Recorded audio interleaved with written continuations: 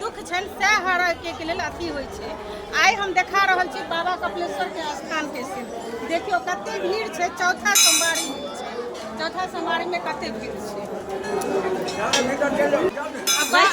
और बाबा बतेता जे की एकर स्थान के महत्व छै। अहाँ देखियो कि स्थान के महत्व छै।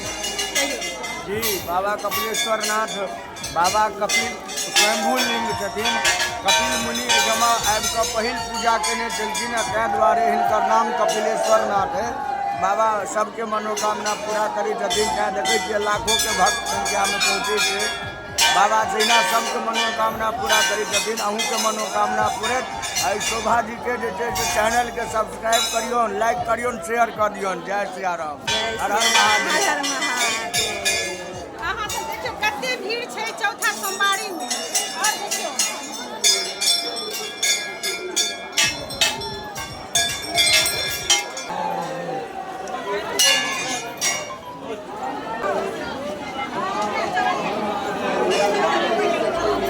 अहाँ सब देख सकै छियै एतऽ कते भीड़ लागल अछि।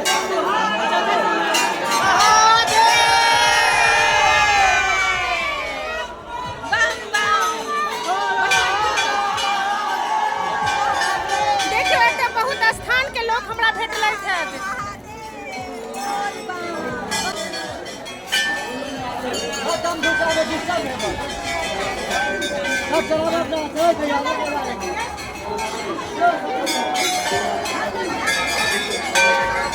यही सब है।